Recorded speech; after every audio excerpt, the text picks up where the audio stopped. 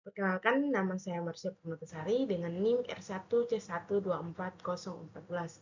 Di sini saya akan menjelaskan atau mereview jurnal nasional tentang penentuan lingkungan pengendapan berdasarkan karakteristik mikrofosil dan makrofosil formasi tuban anggota Ngirayong, daerah Ngujuran, Kecamatan Bancar, Kabupaten Tuban, Jawa Timur. Nah, penulisnya itu dari Ghea Fani Rahmadani dan Ida Darwati dengan Jurnal Penelitian Sains tahun 2024. Nah, daerah penelitian di Formasi Tuban anggota Ngirayon memiliki karakteristik litologi berupa batu gamping kalkarenik karbonatan. Buat batuan tersebut menarik untuk diteliti karena memiliki kandungan fosil foraminifera bentonik atau mikrofosil yang melimpah serta makrofosil yang cukup beragam. Mikrofosil, khususnya foraminifera bentonik, berperan penting sebagai bioindikator lingkungan paleon lingkungan pengendapan masa lampau karena persebaran dipengaruhi oleh kondisi perairan seperti oksigen, suhu, cahaya, dan salinitas. Adapun tujuannya yaitu untuk menentukan lingkungan pengendapan di daerah penelitian berdasarkan karakteristik mikrofosil yang ditemukan. Adapun metode penelitiannya yaitu di mana pada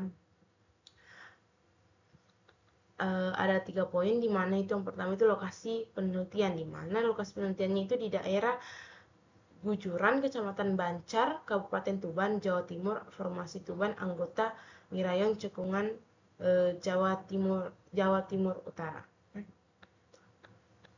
Kemudian ada kemudian poin yang kedua itu tentang sampel yang digunakan yang berfokus pada mikrofosil, di mana sampel batuannya itu terdapat 4 total hand specimen batu gamping diambil dari lapangan. Kemudian ada alokasi sampel, ada 3 batuan difokuskan khusus untuk analisa paleontologi, mikrofosil foraminifera bentonik, dan 1 sampel digunakan untuk analisis petrografi sayatan tipis. Kemudian ada poin yang ketiga tentang metode analisis yang digunakan. Analisis laboratorium paleontologi meliputi preparasi batuan sedimen, identifikasi penamaan spesies mikrofosil, melimpah serta penentuan kedalaman atau lingkungan pengendapan berdasarkan karakteristik foraminifera bentoniknya. Kemudian ada analisis petrografi, di mana pengklasifikasian sayatan tipis batu gamping orbitoid menggunakan mikroskop untuk mengganti struktur internal dan kehadiran foraminifera bentonik besar. Lanjut. Nah, kemudian hasil penelitiannya itu dapat kita lihat bahwa pada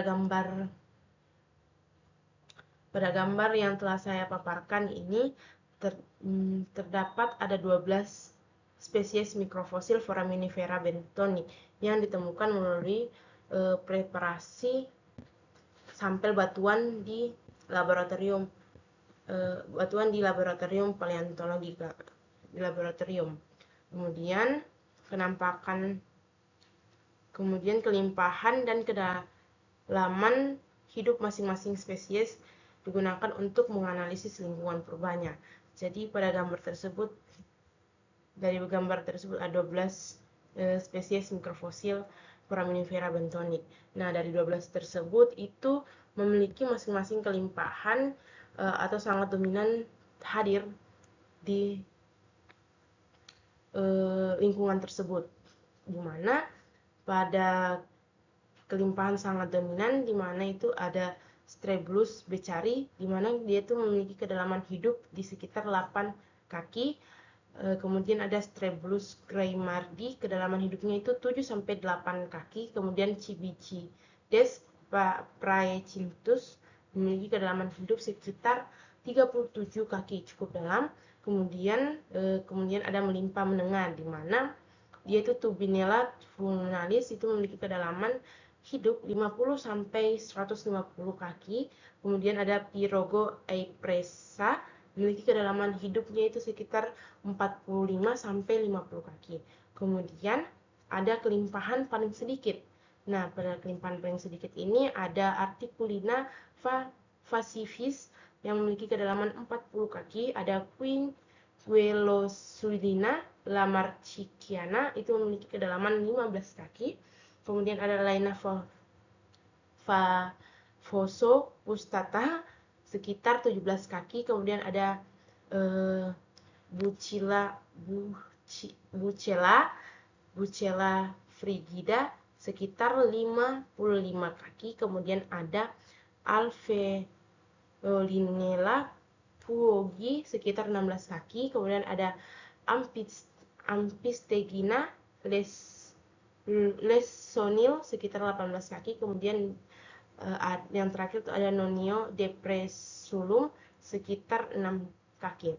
Nah, berdasar dari interpretasi lingkungannya itu dimana berdasarkan klasifikasi kedalaman hidup asosiasi foraminifera bentonik ini, zona lingkungan pengendapannya berada di wilayah transisi hingga neritik tepi. Jadi dia itu lingkungan dari kedalaman hidup foraminifera ini, dia itu di wilayah transisi hingga neritik tepi untuk zona lingkungan pengendapannya. Kemudian ada lanjut tentang foraminifera bentonik besar dari sayat yang dapat kita lihat dari sayatan tipisnya. Nah, pada gambar tersebut dapat kita lihat bahwa memiliki kenampakan sayatan tipis batuan yang memiliki kandungan fosil foraminifera bentonik besar, yaitu Myogypsina, di mana melalui analisis petrografi batu gamping orbitoid pada perbesaran 40 kali ditemukan fragmen fosil foraminifera bentonik besar berupa genus Myogypsina, di mana karakteristik fisiknya itu memiliki kulit luar berbentuk segitiga oval memanjang serta kamar lateral dan kamar ekuatorial berbentuk belah ketupat. Nah, kemudian itu ada indikator lingkungannya, di mana Myogypsina hanya dapat berkembang biak dengan baik di bawah paparan sinar matahari yang kuat, menunjukkan bahwa batuan ini mengendap di zona dangkal atau transisi hingga neritik tepi. Nah, mungkin dari semua paparan yang saya telah sampaikan, adapun kesimpulannya bahwa karakteristik mikrofosil ini di lokasi penelitian didominasi oleh spesies Strelbulus becari, Strelbulus gaymardi, dan Cibichides paraecinthus, ditemukan total 12 spesies foraminifera bentonik lainnya. Kehadiran mikrofosil foraminifera bentonik besar yaitu Myogypsina, di mana memperkuat indikasi lingkungan perairan laut dangkal yang kaya akan sinar matahari.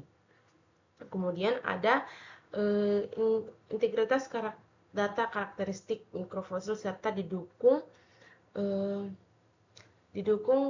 data makrofosil Eocene sampai Recent atau sampai secara konsisten menunjukkan bahwa lingkungan penggendapan formasi tuban anggota Ngirayon di daerah gujuran adalah lingkungan laut transisi hingga neritik tepi dengan kedalaman sekitar 0 sampai 20 meter.